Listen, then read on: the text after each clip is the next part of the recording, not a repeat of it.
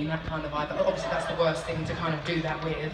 But I, you know, it worked. And also I hadn't long had vocal surgery. And 21 I'd been out for a really long time, and it was getting annoying. I didn't want to annoy you even more by releasing something else. So I very kindly said no.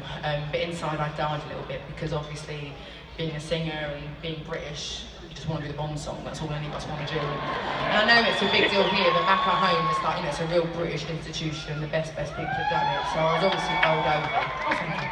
Anyway, so thank God they came back to me, because, you know, it was playing on my mind.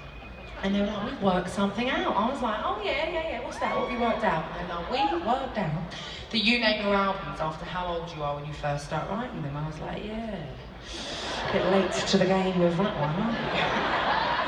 I was like, but yeah, what about it? And they're like, how old are you now? I was like, I'm 23. And they're like, do you know what number Bond film this is? I said, oh no, shit, no I don't, sorry.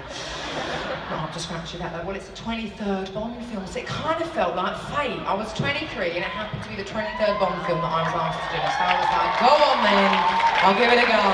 So obviously inside it was P-A-R-T-Y time. I was so excited. They gave me a script and it had my name on every single page in massive, massive bold writing. So basically, it was top secret. If I lost the script, I'd be fired. It was so top secret, I could have been James Bond himself. That's how top secret it was. So I guarded it with my life, and it was a revelation reading something other than a shit, trashy celebrity magazine. It really was. It was a revelation to read something with some oomph to it, do you know what I mean? And not a load of bullshit.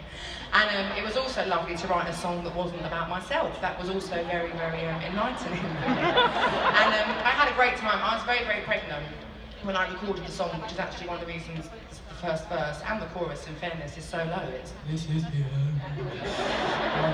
Sometimes I can't even get down there anymore. And apparently, this will bore you, but I'm going to tell you anyway. Apparently, a side effect or a symptom, however you felt about your pregnancy, ladies, is it can lower your larynx. And my larynx got pretty low. It's snapped back up now that I had it years ago.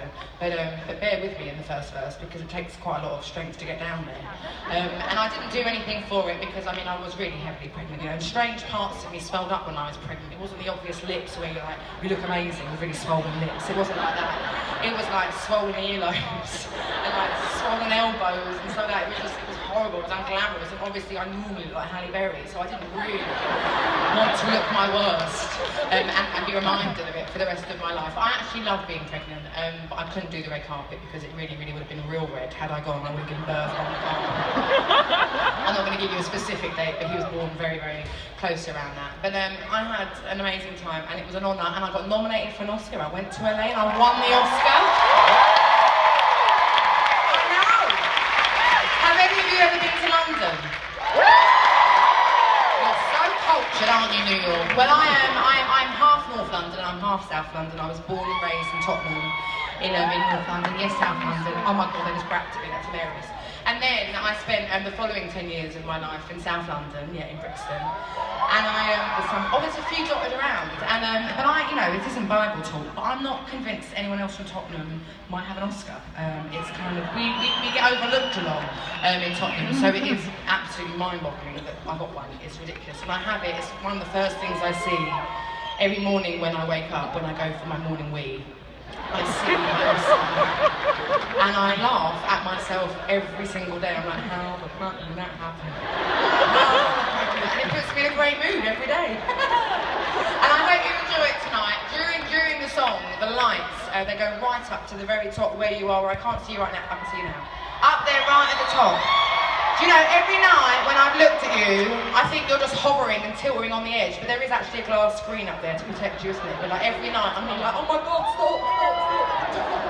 But to give me a wave when the lights come up to you, I can't promise I'll wave back because I have to hold all my breath for the big note at the end, but just know that I'm looking.